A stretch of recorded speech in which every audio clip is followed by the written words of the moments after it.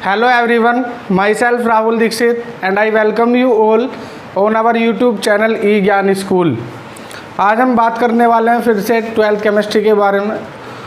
हमारा जो टॉपिक चल रहा है वो है इलेक्ट्रोकेमिस्ट्री। उसमें तीन लेक्चर हम डिस्कस कर चुके हैं। पहले लेक्चर में हमने बात की थी कि सेल होती क्या है और गैल्वेनिक सेल का कंस्ट्रक्शन आप किस तरीके से करते हैं, वो आप सबके साथ डिस्कस हम कर चुके हैं। इसके अलावा जो सेकंड लेक्चर अपलोड किया था उसमें हमने बात की थी एक बहुत ही इंपॉर्टेंट टॉपिक के बारे में, जो था मेरा क्या इलेक्ट्रोड पोटेंशियल क्या है। और इलेक्ट्रोड पोटेंशियल के साथ साथ मैंने E cell of the reaction के बारे में बात की थी कि आप जब भी ई सेल कैलकुलेट करेंगे तो आप कौन सा फॉर्मूला यूज करेंगे, ठीक, और क्यों करेंगे उस फॉर्मूले को यूज़, ये भी आपके साथ डिस्कस कर लिया है। इसके अलावा इलेक्ट्रोड पोटेंशियल के सिग्निफिकेंस क्या हैं, वो सारी ही चीज़ें मैं डिस्कस कर चुका हूँ।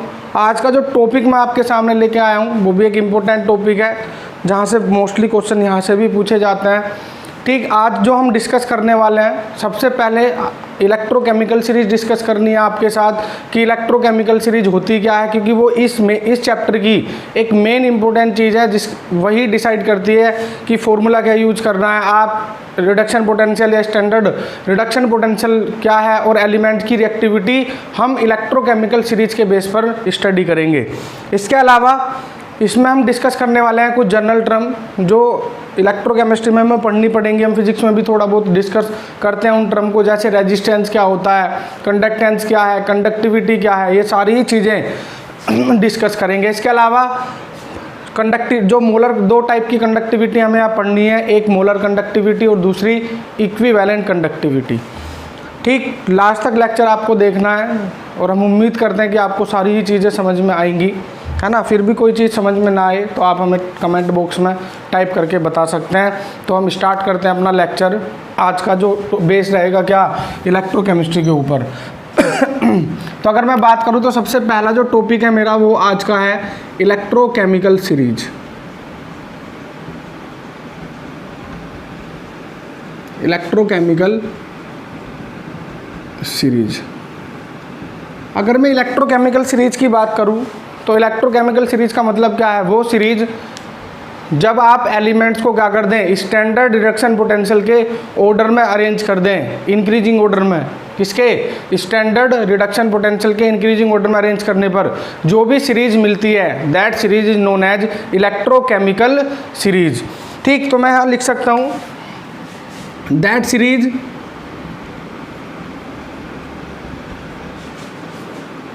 in which the elements are arranged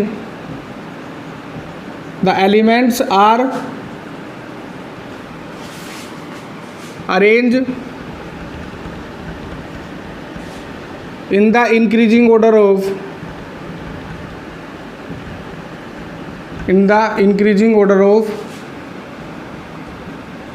their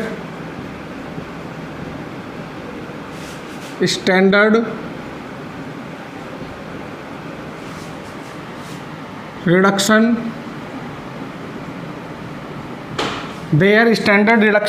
potential.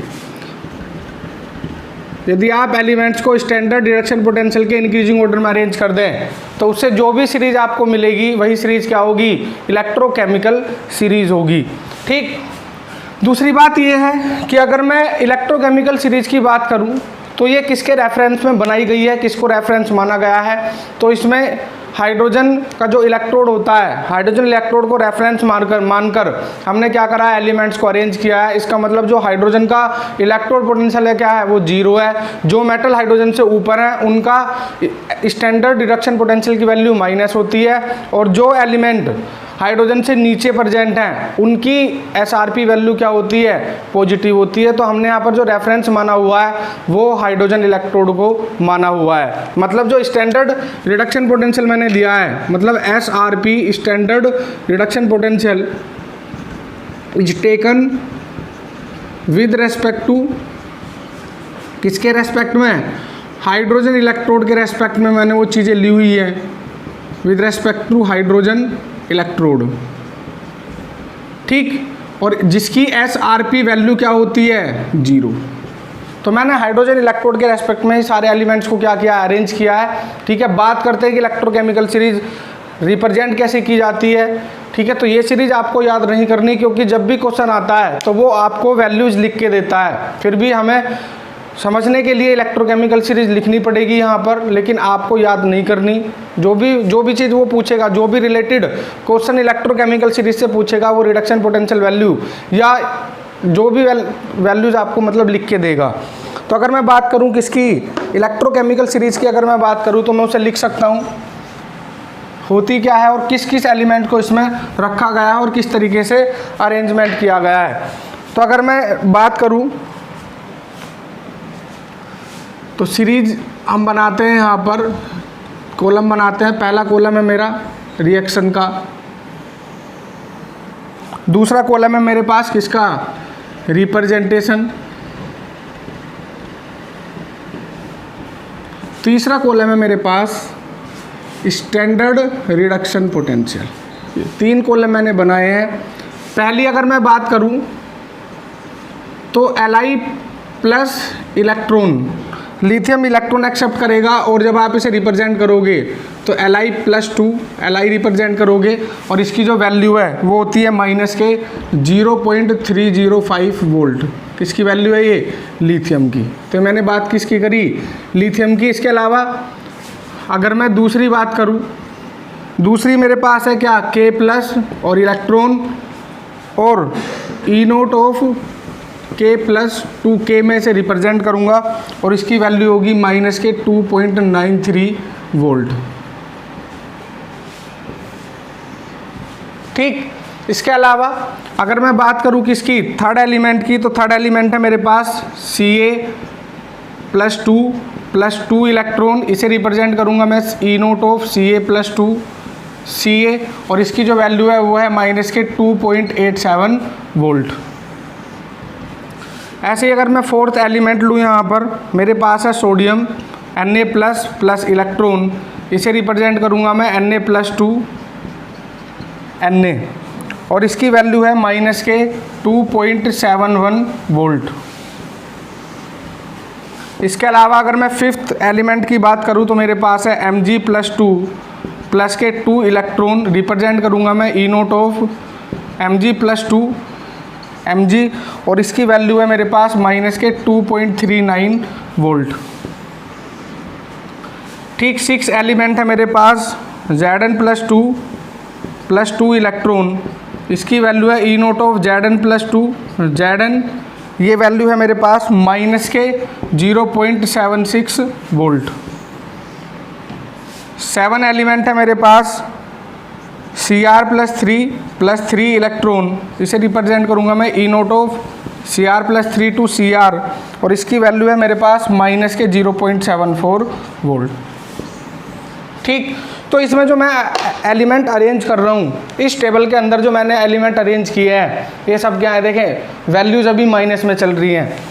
तो इसके अलावा मैं अगर और एलिमेंट्स को बनाऊँ यहाँ पर, क्योंकि दोबारा करना पड़ेगा, बोर्ड पे जगह है नहीं इतनी, 7 एलिमेंट्स को मैंने यहाँ रिप्रेजेंट कर दिया है। इसके अलावा अगर मैं और एलिमेंट्स को रिप्रेजेंट करूँ तो सबसे पहला कॉलम क्या था, रिएक्शन। सबसे पहला कॉलम है आपका रिएक्शन, दूसरा कॉलम है आपका क्या, रिप्रेजेंटेशन और तीसरा कॉलम है उनकी SRP वैल्यू।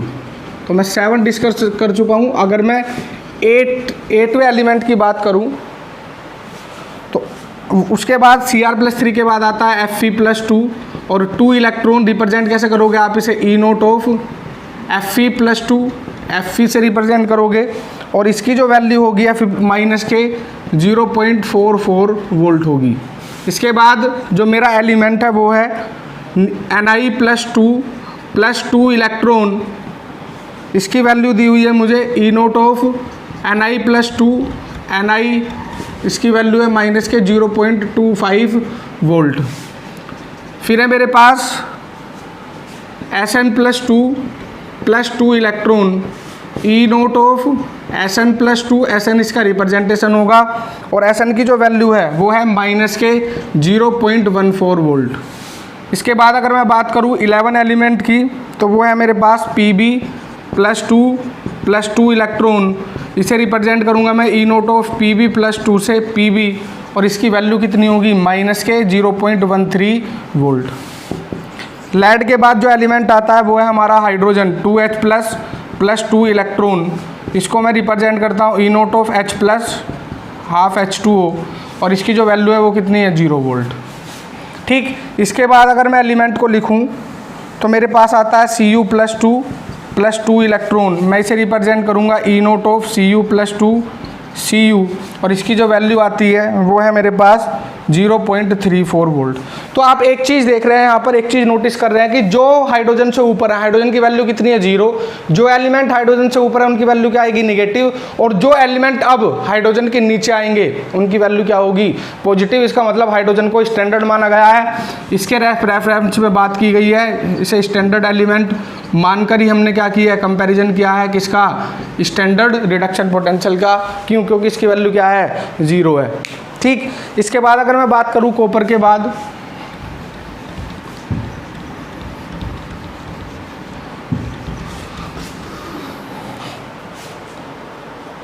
ठीक, कॉपर के बाद जो मेरा एलिमेंट है यहाँ पर वो है Cu प्लस इलेक्ट्रॉन, मैं इसे रिप्रेजेंट करता हूँ E naught of Cu plus 2 Cu, और इसकी जो वैल्यू है वो है मेरे पास 0.54 वोल्ट।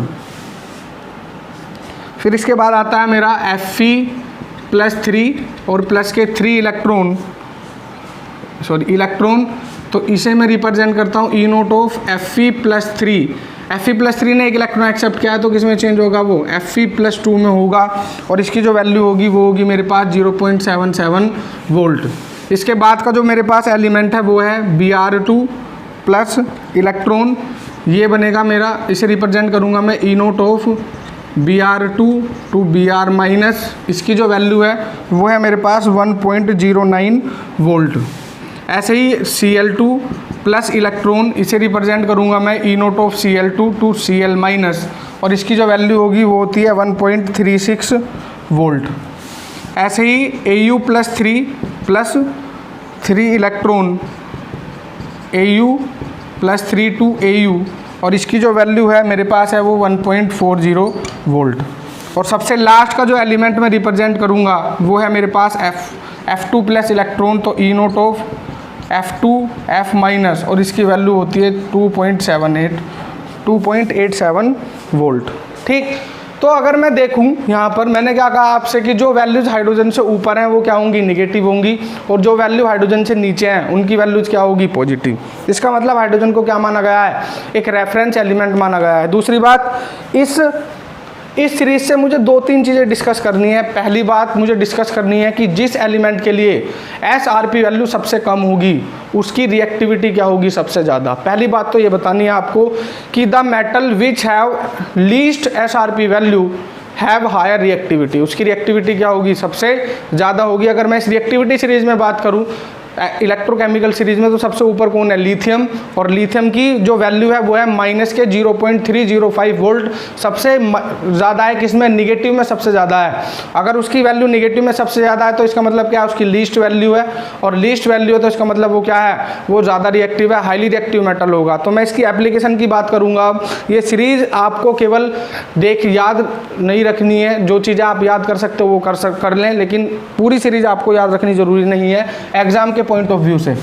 तो मैं बात करूं किसकी, अगर मैं बात करूं यहां पर एप्लीकेशन ऑफ इलेक्ट्रोकेमिकल सीरीज की, किसकी बात करूं मैं, यहाँ एप्लीकेशन ऑफ इलेक्ट्रोकेमिकल सीरीज की अगर मैं बात करूं तो होगा क्या, दो तीन इसकी एप्लीकेशन है।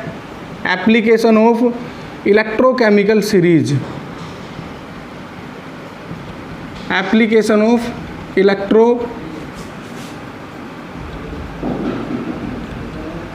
Chemical series.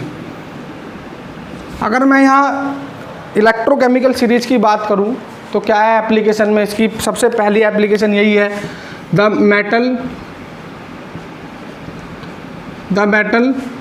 Which have least value, the metal which have least value of SRP मतलब standard reduction potential, are highly reactive. वो मेटल क्या होगी मेरी, जिसकी एसआरपी वैल्यू लीस्ट होगी, वो मेटल क्या होगी मेरी, हाईली रिएक्टिव होगी। पहली बात।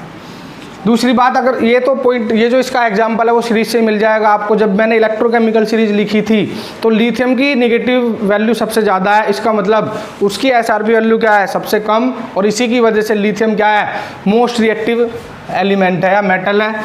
दूसरी अगर मैं बात करूं, अगर मैं आपसे कहूं कि जिस मेटल का एसआरपी सबसे ज़्यादा होगा, जिस मेटल का एसआरपी मतलब स्टैंडर्ड रिडक्शन पोटेंशियल ज़्यादा होगा, इट मीन्स वो ईजिली क्या हो सकता है, रिड्यूस हो सकता है, उसका ईजिली रिडक्शन हो सकता है। और जिसका रिडक्शन आसानी से हो सकता है वो एक अच्छे कौन से एजेंट होते हैं, वो एक अच्छे ऑक्सीडाइजिंग एजेंट होते हैं। तो अगर मैं बात करूं सेकंड पॉइंट की, तो मैं कहूँगा कि the metal which have, the metal या the element which have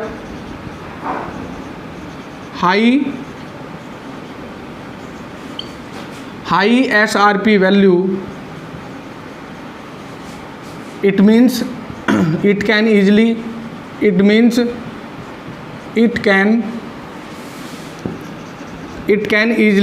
reduce and better oxidizing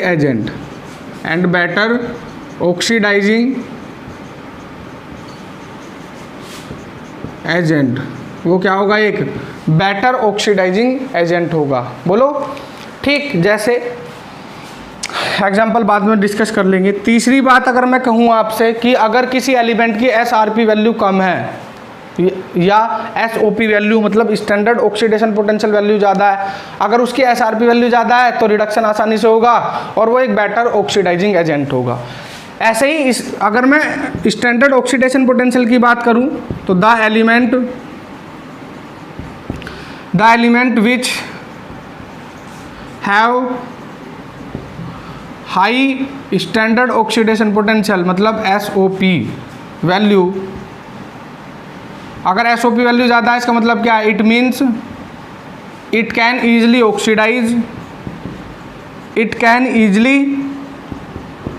oxidise और वो ईजिली ऑक्सीडाइज होगा, इसका मतलब क्या है, वो एक बेटर क्या होगा, रिड्यूसिंग एजेंट होगा। एंड बेटर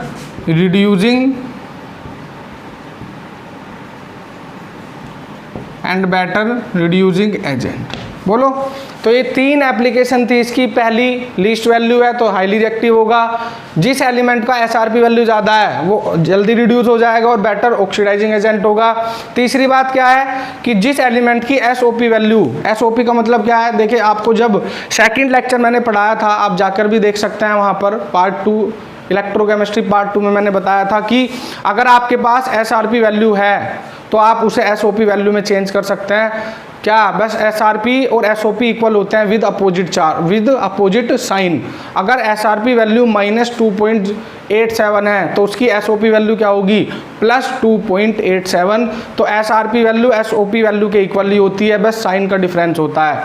तो जो इलेक्ट्रोकेमिकल सीरीज है उसमें हमें एसआरपी वैल्यू दी हुई है, मतलब electrochemical series standard reduction potential के ही ऑर्डर में अरेंज की गई है। लेकिन अगर आपको एसआरपी वैल्यू से एसओपी वैल्यू निकालनी है तो क्या करें, आप जो भी वैल्यूज दी हुई है उसका साइन अपोजिट कर दें तो क्या आ जाएगा, आपके पास एसओपी वैल्यू आ जाएगी। इसके ऊपर 2 क्वेश्चन मेरे पास हैं जो हमें डिस्कस करने हैं।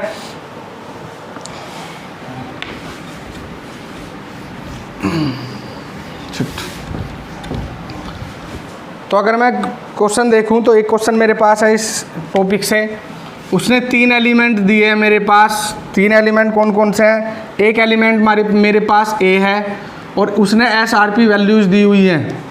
ए एलिमेंट की जो एसआरपी वैल्यू है उसने दी हुई है 0.52 वोल्ट। बी एलिमेंट की जो एसआरपी वैल्यू है वो दी हुई है उसने -3.03 वोल्ट। और सी एलिमेंट की जो वैल्यू है वो उसने मुझे दी हुई है -1.18 volt.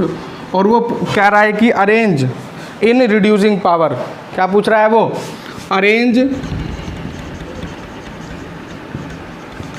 Arrange in reducing power.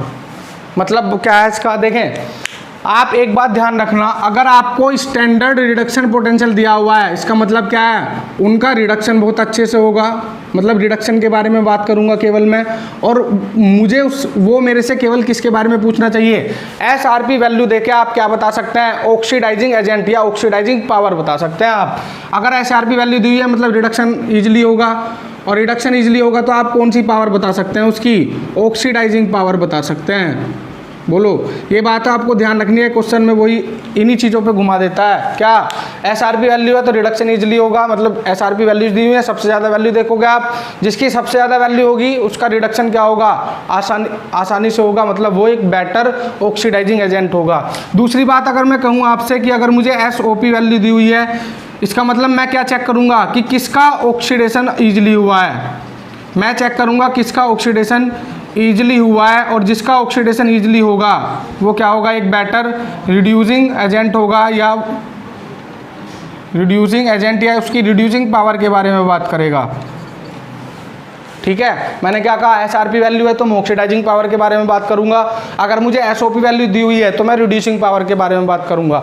लेकिन यहाँ पर उल्टा है, उसने SRP वैल्यू देकर रिड्यूसिंग पावर के बारे में पूछ लिया, जबकि रिड्यूसिंग पावर कब पूछी जाती है, जब आपको SOP वैल्यू दी हुई है तब पूछी जाती है। तो इसका मतलब क्या है कि पहले मैं इस SRP वैल्यू को किस में चेंज करूंगा, SOP वैल्यू में चेंज करूंगा, क्योंकि मुझे क्या बताना है, रिड्यूसिंग पावर बतानी है। तो अगर मेरे पास ये तीन एलिमेंट थे ए, अगर मैं इसका सॉल्यूशन देखना है इसका आप पहले, तो अगर मैं इसे SOP वैल्यू में चेंज करूं तो ए एलिमेंट की जो SOP वैल्यू है वो क्या हो जाएगी, माइनस के 0.52 वोल्ट। साइन चेंज कर दोगे बस आप, SRP वैल्यू दी हुई है SOP में चेंज करना है तो साइन चेंज कर दे बस। बी की बात करूं अगर मैं तो क्या हो जाएगा, प्लस के 3.30 वोल्ट, और सी एलिमेंट की अगर मैं बात करूं तो ये कितनी हो जाएगी, 1.18 वोल्ट, किसके, प्लस के। अब ये देखें आप, SOP वैल्यू सबसे ज़्यादा किसकी है, जिसकी SOP वैल्यू सबसे ज़्यादा होगी उसकी रिड्यूसिंग पावर क्या होगी, सबसे ज़्यादा होगी। ठीक, तो अगर मैं बात करूं अब SOP वैल्यू सबसे ज़्यादा किसकी है, बी एलिमेंट की, इसका मतलब बी की रिड्यूसिंग पावर सबसे ज़्यादा होगी, उसके बाद किसकी होगी, सी की, और सबसे कम किसकी होगी, ए की। तो अगर मैं अरेंज करूं ऑर्डर में तो ऑर्डर क्या होगा, बी देन सी और देन ए। ये किसका ऑर्डर है, ये रिड्यूसिंग पावर का ऑर्डर मैंने आपके सामने लिखा है। ठीक है, तो ध्यान रखना, अगर SRP वैल्यू है तो क्या पूछना चाहिए उसे, ऑक्सीडाइजिंग पावर। फिर भी अगर उसने रिड्यूसिंग पावर पूछ ली है तो आपके उस मतलब ऑक्सीडेशन पोटेंशियल से आप रिड्यूसिंग पावर बता सकते हैं, और रिडक्शन पोटेंशियल से आप ऑक्सीडाइजिंग पावर बता सकते हैं। ध्यान रखना, अगर उसने उल्टा दिया हुआ है तो आप चेंज कर लें आपस में, SRP वैल्यू को SOP में बदल लें, या अगर उसने SOP से SRP में आप बदल सकते हैं, क्योंकि ज़्यादा दोनों ही इक्वल होते हैं, बस साइन चेंज करना होता है। मैं तो ये तो बात थी किसकी, ये बात थी मेरे पास एप्लीकेशन ऑफ इलेक्ट्रोकेमिकल सीरीज के एग्जाम्पल की। एक एग्जाम्पल और है मेरे पास, ठीक, उसमें आपको बताना है, उसने दिया हुआ है क्वेश्चन, वो कह रहा है मेरे पास, मुझे रिडक्शन पोटेंशियल दिए हुए हैं Cr+2 Cr दिया हुआ है मुझे, माइनस के 0.74 वोल्ट। उसने दूसरा एलिमेंट दिया हुआ है E0 ऑफ MnO4 -2 Mn+2, उसने इसकी वैल्यू दी हुई है इस रिडक्शन पोटेंशियल की 1.51 वोल्ट। नेक्स्ट जो डाटा दिया हुआ है उसने Cr के लिए दिया हुआ है Cr+3, और इसकी वैल्यू दी हुई है उसने 1.33 वोल्ट। और E0 of Cl2 Cl minus, ये वैल्यू दी हुई है मुझे 1.36 वोल्ट, और वो पूछ रहा है कि स्ट्रोंगेस्ट ऑक्सीडाइजिंग एजेंट कौन होगा। क्या पूछ रहा है, स्ट्रोंगेस्ट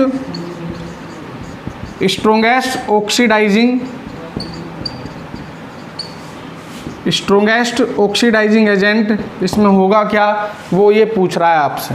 क्लियर, तो स्ट्रेंथ कैसे पता करेंगे आप, देखिए ऑक्सीडाइजिंग एजेंट या ऑक्सीडाइजिंग पावर किसकी हेल्प से बताते हैं आप, SRP वैल्यू की हेल्प से बताते हैं।